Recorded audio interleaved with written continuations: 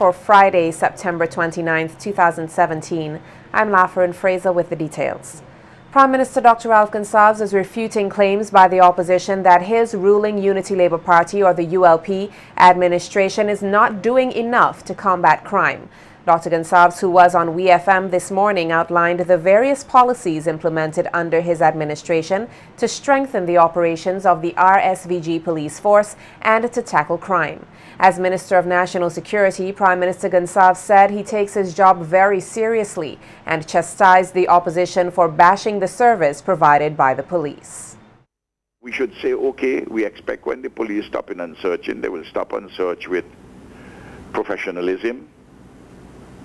But that as soon as they start to stop and search, we mustn't get on our high horses if we want to cooperate with them. By saying, I'm a law-abiding citizen going about my business, I had to open my trunk, I had to come out my car, they search it. What happened? They think I'm a criminal? Why you have to search people to and from the Grenadine Wharf?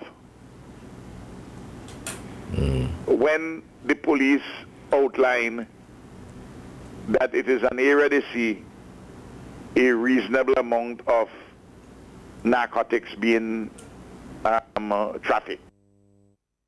As it relates to the Coast Guard, the Prime Minister admitted that they need more resources. However, he said they have made tremendous strides in protecting the country's borders. We have strengthened the Coast Guard. I hear some people talk about the Coast Guard vessel. Yeah. How in the days before, the George McIntosh couldn't follow, and particularly the George McIntosh. Even a simple dinghy with one of these with a normal outboard engine fishing.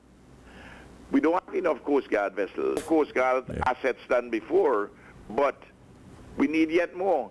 In fact, we had gotten 2 from Obama, and there was a 3rd one which we are supposed to get, and we are in discussion at the moment with the U.S. authorities. About 2 weeks ago, I got communication again on it. It's something which we are working on. We need more assets. Opposition leader Dr. Godwin Friday has criticized churches here for being infected with political divisiveness. The opposition leader was at the time addressing a media conference where he emphasized the need for crime to be tackled from the root and not just at a surface level. Dr. Friday highlighted the Spiritual and Social Redemption Charter, which the NDP proposed be debated in Parliament in 2008.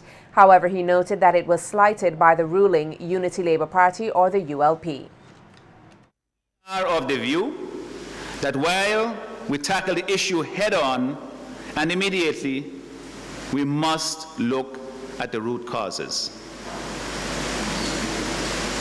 It is because of this that we in the New Democratic Party introduced the Spiritual and Social Redemption Charter back in 2003, which the ruling ULP regime refused to debate in the Parliament.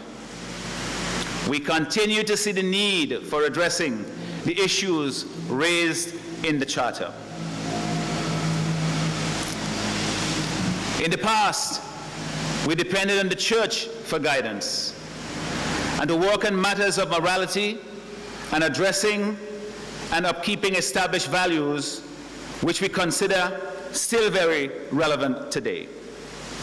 The church is no longer the mover that it has been in the past for a variety of reasons, including being itself infected by the political divisiveness prevalent in our country.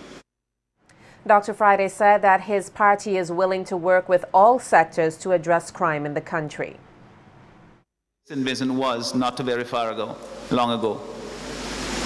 We need to return to that. It will only happen if we acknowledge the problem and find creative ways to deal with them. As I said, in the New Democratic Party, we recognize that there are so many other players in the community who have a role to play, and we are willing to work with them all, including with the government, because we understand the seriousness of the situation. And whether somebody wants to dismiss this as me trying to look ministerial, I offer it because I know the importance of it to my country, and I love my country, and I want to see everything done well for St. Vincent and the Grenadines.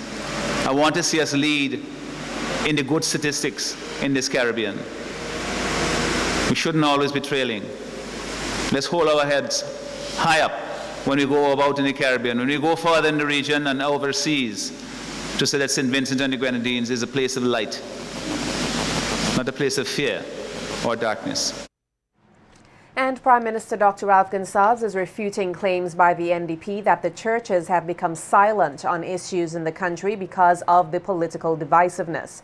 On WeFM today, Prime Minister Gonzales said he, however, believes that Christian followers are no longer going with the mainstream fundamental churches, and that these churches are still vibrant and are equipped to deal with moral issues. So who must provide it? The moral lead, the moral instruction? The government? He and other politicians? I would have thought that the church is still, despite all its limitations, the best equipped, alongside the family and the school, to deal with these matters. Not because they have migration from one set of persons in religion to another set. It means they don't have a hold on people, because I still see the church as playing a very important role. That's why on Monday, we are having a National Day of Prayer. And the St. Vincent and the Grenadines Calypsonians Association condemns in the strongest possible terms the spate of violent crimes that have been perpetrated against citizens, resulting in the loss of several lives. In a media release issued today, the association also expresses alarm by the number of shooting deaths, especially young victims, over the past week, and the number of illegal guns that have found their way to criminal elements. The association states that it agonizes over the sad truth that one life lost is one too many, and expressed condolences to the bereaved families. Noting that these senseless and violent acts have no place in the society, the association says they have cast a dark cloud over SVG and has created a sense of uneasiness and fear among the citizens. The association calls on all responsible and well-intentioned individuals and groups to join them and get involved in finding a solution to the crime situation and take back SVG from the criminal elements. Led by the scripture in the Bible, Luke 15, verse 18, which instructs one to rise and seek God, this nation will have a National Day of Prayer next week. According to pastor of the Harvest Bible Chapel, Pastor Al Blake, on Monday, 2nd October from 3 to 6 p.m., persons can gather at Heritage Square where prayers will be offered up to God on behalf of the nation. God says, the Bible clearly outlines that blessed is the nation whose God is the Lord. And we are very cognizant of the fact that without God's blessings upon a nation, the nation can get absolutely nowhere. We also recognize that the Bible says that if my people who are called by my name will humble themselves and pray, seek my face, turn from their ways, then would I hear from heaven, forgive their sins, and heal their lands. So prayer first starts with us as God's people. So we are getting the nation together to cry out to God for our nation. Pastor Blake pointed out that not only would there be men of the cloth praying, but students will be seeking the face of God through prayer this Monday. We'll have student prayers that will come from a preschool child.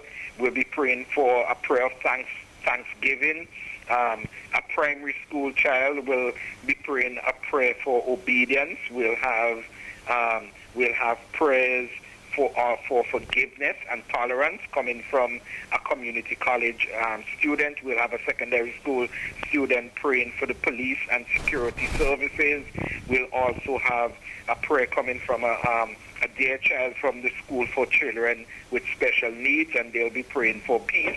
And of course, we'll have the pastors as well involved in praying for the nation. So it's going to be a collective effort, and we are calling the people of St. Vincent and the Grenadines to come out. Let's get down on our knees. Let's cry out to God on behalf of our nation. Prime Minister Dr. Ralph Gonzales, who is responsible for air and seaports here, has issued a call for more persons to take up study in aircraft disaster investigation. Speaking at the opening ceremony of a two-day workshop on port resiliency earlier this week, Prime Minister Gonzales said that there is a need for such experts in the Caribbean, particularly as it relates to accidents, as many islands now have international air facilities. An area, and if the young persons who are here and not so young persons want to study a particular area, we don't have in any country in the Caribbean a sufficiency of personnel to deal with aircraft crashes or disasters. So it's a very, it's a weakness. And what we have been trying to do, in fact, at the last meeting in CARICOM in Grenada, I raised the issue as one way we could pool together a group of investigators regionally. We don't have to have them located in St. Vincent or anywhere. Someone may be here, another one might be in Grenada, in different countries, but if a disaster, God forbid, occurs, that we can have the investigators move with some promptitude. According to the Prime Minister, St. Vincent and the Grenadines is deemed as one of the 10 places prone to natural disasters, and that with climate change, a volcano, and an annual hurricane season, it is essential to be attentive to areas in disaster management. Assessed to be one of the top 10 countries in the world most prone to natural disasters. The fact that other persons get wiped out and we haven't gotten wiped out since the millennium has started, it doesn't mean that the assessment is wrong, because we are a little south of the hurricane, what you may call the real serious hurricane belt. But still, Grenada is south of us and were wiped out in 2004. And with the peculiarities in the weather patterns now, you can't swear on that. So and we have a volcano. We have a lot, our country is mountainous, we have a lot of heavy rainfall, about 100 inches per year. And what we're having now very much, the real problem is with climate change, with trough systems. Some 280 medical students and faculty members of the All Saints University arrived at Port Kingstown earlier this week on board the Martinique vessel Liberty from Dominica to continue their studies here in SVG. The move comes in wake of Hurricane Maria, which left widespread devastation on the Nature Isle, especially to infrastructure. While the move is temporary, there is no certainty to the period of time the students will stay here in SVG. Nikita Tony tells us more in this report. The government of St. Vincent and the Grenadines has been working closely with the relevant personnel from the All Saints University and the St. James University School of Medicine to have medical students from the hurricane-stricken island of Dominica and Anguilla transferred here in SVG to continue their studies. To this end, on Wednesday evening, government officials as well as representatives of the All Saints University were on hand at the cruise ship berth in Kingstown to welcome over 200 medical students and faculty members from the Dominica campus of the All Saints University. Dean of the All Saints University here in SVG, Dr. Terence Marcel, said the institution's decision to have the students move to SVG comes after the wide-scale devastation experienced in Dominica, especially to the island's infrastructure. This is a temporary move. We are not sure the length of time they'll be here, given the extent of the damage in Dominica. We would hope that It is a 3 to 4 month stay. It may be longer, however. We have made all contingencies, accommodations, and support for the students and the faculty while they're here. Also on hand to welcome the contingent was Minister of Agriculture Sabota Caesar, who expressed the government's elation to be a part of the worthy initiative. Coming here by a vessel owned by a company from Martinique. Approximately 150 students are coming directly from Dominica, and the other students were picked up in St. Lucia, where they have been for the last 2 nights.